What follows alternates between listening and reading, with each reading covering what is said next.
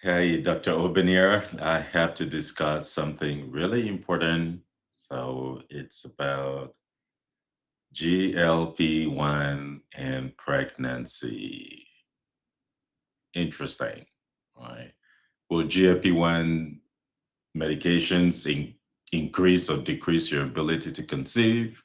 How do they affect the baby? If you get pregnant, what should you do if you're thinking of getting pregnant? So I'm going to answer a couple of those questions during this live session. It's a question I get asked often, you know.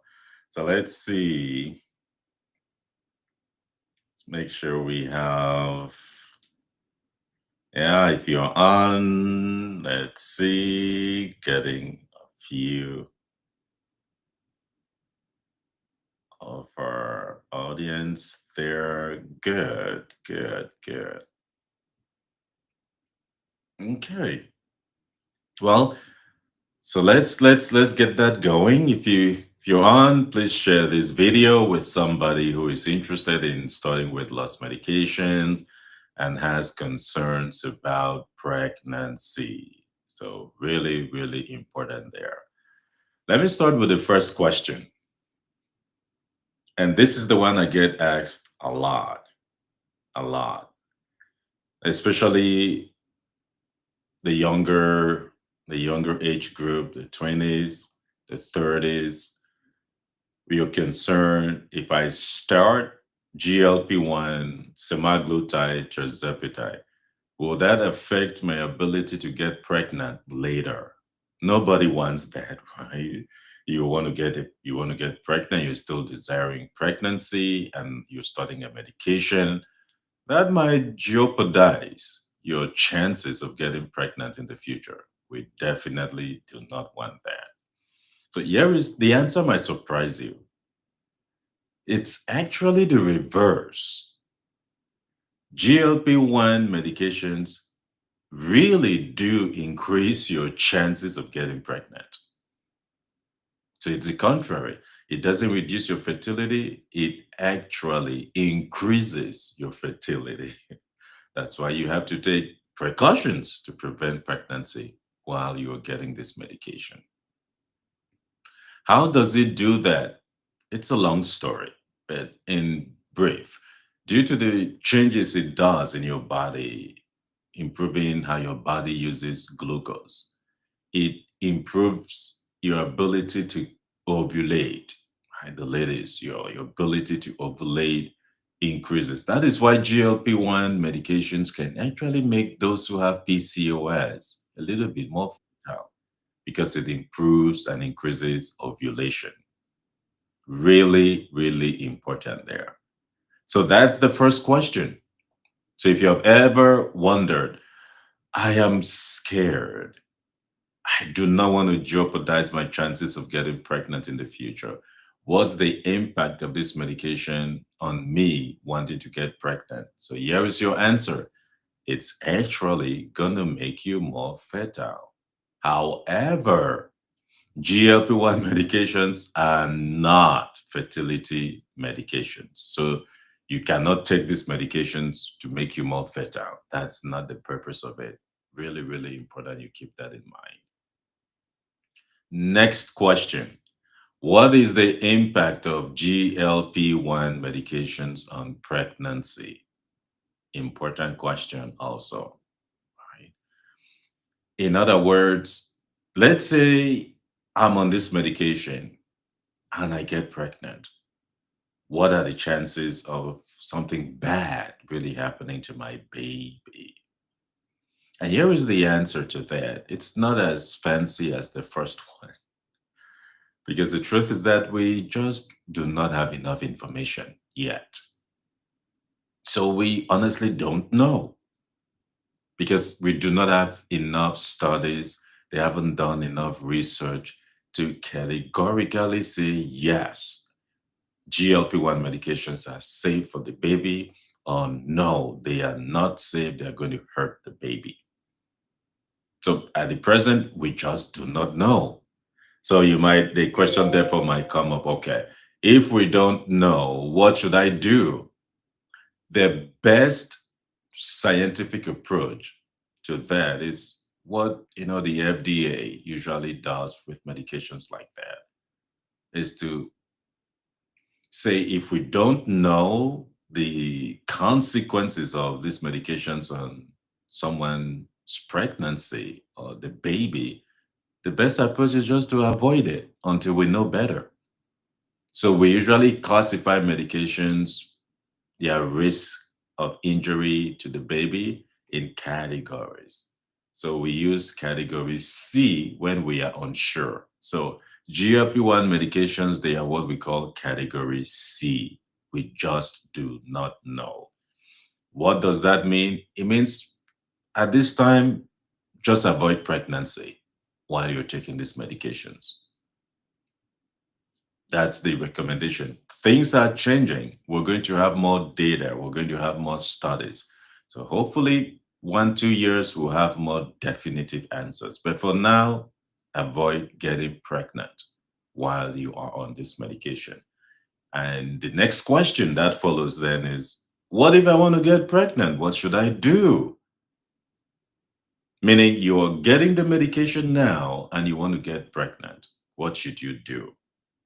Yeah, there is a better and a clearer answer for that question. And here is the thing that is very certain. We do not want you getting pregnant while taking that medication. That we are very sure. So the best approach is to make sure you work with your provider, your doctor. It might be a nurse practitioner, whoever is handling this medication for you. Just ensure they know when you want to start getting or you want to start trying to get pregnant so we can stop that medication before that date. And the next question then is what's the duration of time I should pause? We are not so sure, right? But there are some guidelines that we are using. The minimum for semaglutide to ensure all of that is out of your body, everything is clear, and it's safe to start attempting to get pregnant. It's about 2 months. So we want a minimum.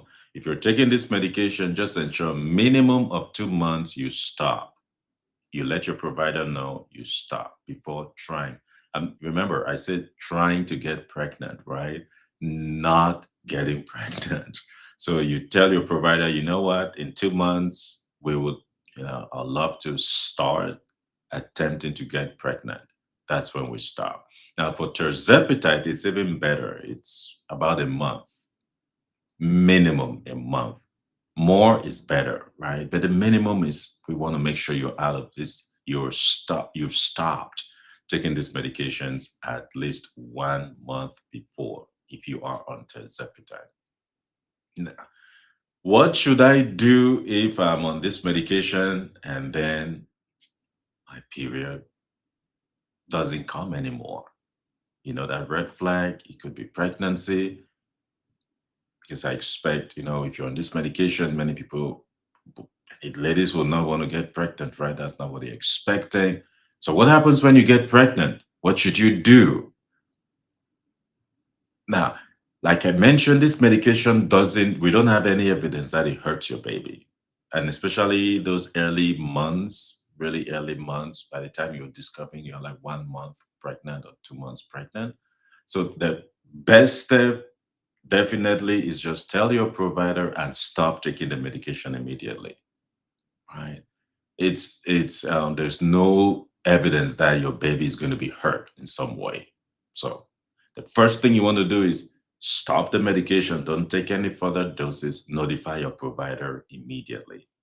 And if you are diabetic, for example, and you are getting GLP-1 medications for diabetic control as well as for weight loss, you need to talk to your primary care doctor so that they know to transition you to a diabetic medication that is safer for pregnancy.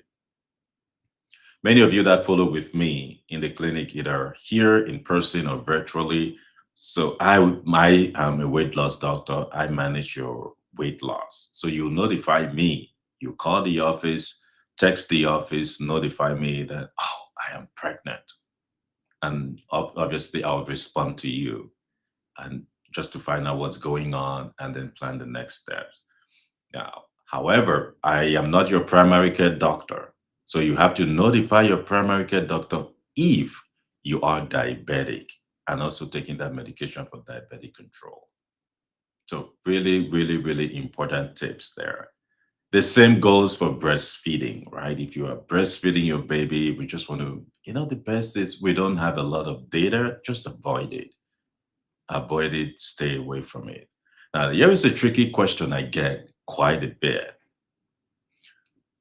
What if I really want to lose weight and I want to get on this medication, just get a few pounds off?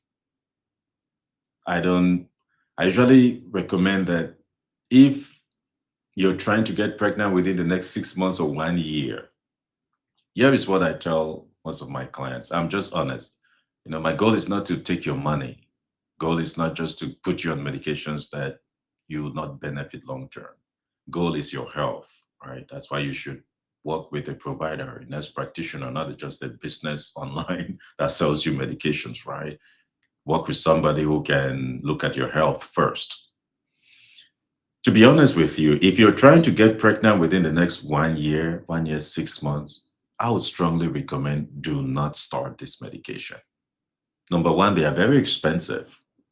Number two, once you get pregnant, all of that weight and even more is coming back. And you're going to start from square one. Right. So here is my recommendation. If you're trying to get pregnant in 1 year, 6 months, I would recommend, if possible, just be patient. Have your baby. If you're breastfeeding, breastfeed the baby. Once you're done, you can get on the medication. So you don't have to spend money and then come back later, right? Come back later to start from square one. However, there are a couple of clients that see maybe you're preparing for an event, you don't want to lose a lot of pounds, you just want to lose maybe 10 or 20 pounds or so, right? That is very doable. We can put you on this medication, follow you up, you lose that very fast. I see fantastic results with Ozempic. 2 3 months, you definitely would have reached that goal. And it's easy for you to taper it off and come off of it, right? The basics is that you have the lifestyle to maintain that.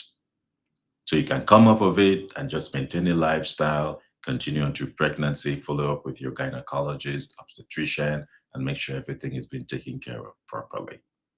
All right. So that is GLP-1 and pregnancy. Lots of issues, lots of questions. Some things we know, some we do not. But as always, work with your provider, your nurse practitioner, physician assistant, whoever is taking care of you, your doctor, to arrange for whatever is going to best suit you and give you the best chances of not just losing weight.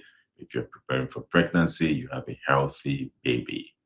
Any questions, put them in the comment, reach out to us on our Facebook page or reach out to us via our website, wellformemd.com. I'll be more than happy to chat with you. Thank you.